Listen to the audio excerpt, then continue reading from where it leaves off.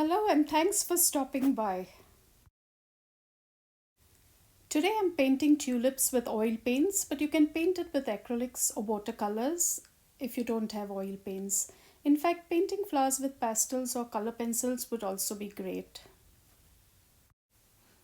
This is a part of the April Showers Make May Flowers project. Those who have been following my channel will know that I took part in this challenge last year too. If you haven't seen that series of videos, you can click on the link above or go to my playlist and click on April Showers Make May Flowers. Many artists have monthly challenges on YouTube. So if you'd like to take part, follow someone and push yourself to creating more. I can assure you it's fun and satisfying too. I'm a person who thrives on challenges and always try to go that extra mile. But in saying so, I don't overdo things and make life difficult. I make it easier instead and do the following things. The first thing I do is making a plan. Once I make up my mind to participate in a challenge, I research the subject and make a plan on how I would like to tackle the challenge for the entire duration of a week, a month, or even a single day. For example, with this challenge, I made a list of flowers, studied their shapes, and put together a mood board from which I could draw inspiration. The next point is downscaling. Usually I paint on larger canvases, but for this challenge, I picked up a card size oil paper. This will enable me to finish my task for the day quickly. The next point is using different tools. For this challenge, I decided to paint with a palette knife, which is really quick, and this is in addition to brushes too. So switching between the two, I could usually take anywhere from 30 minutes to an hour to complete a painting.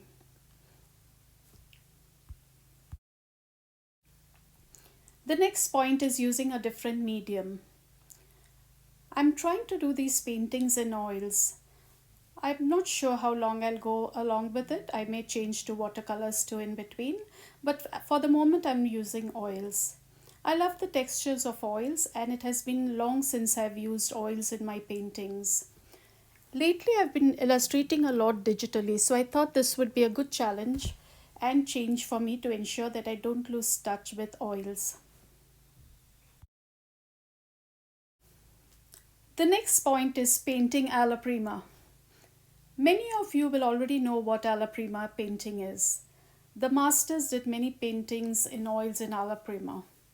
For those who haven't heard this term before, it is a painting at one go without letting one layer dry before doing the second layer.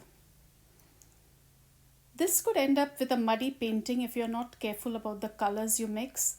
So planning has to go into making a color swatch or making a limited color palette. With practice, this will be easy. And secondly, it's also easy to do this. It will save you a lot of time.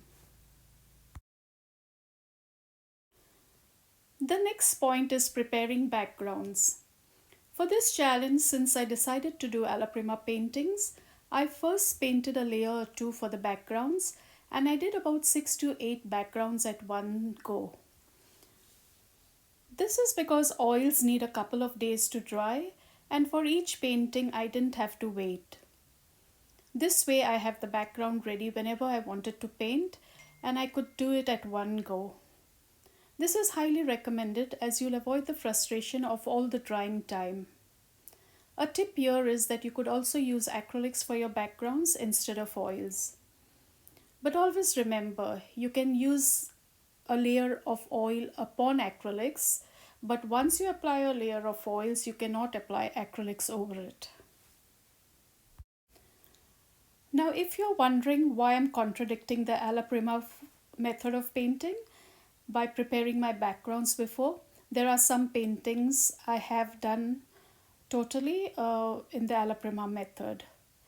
And for some, I've just prepared the backgrounds. The next point is storing your paintings.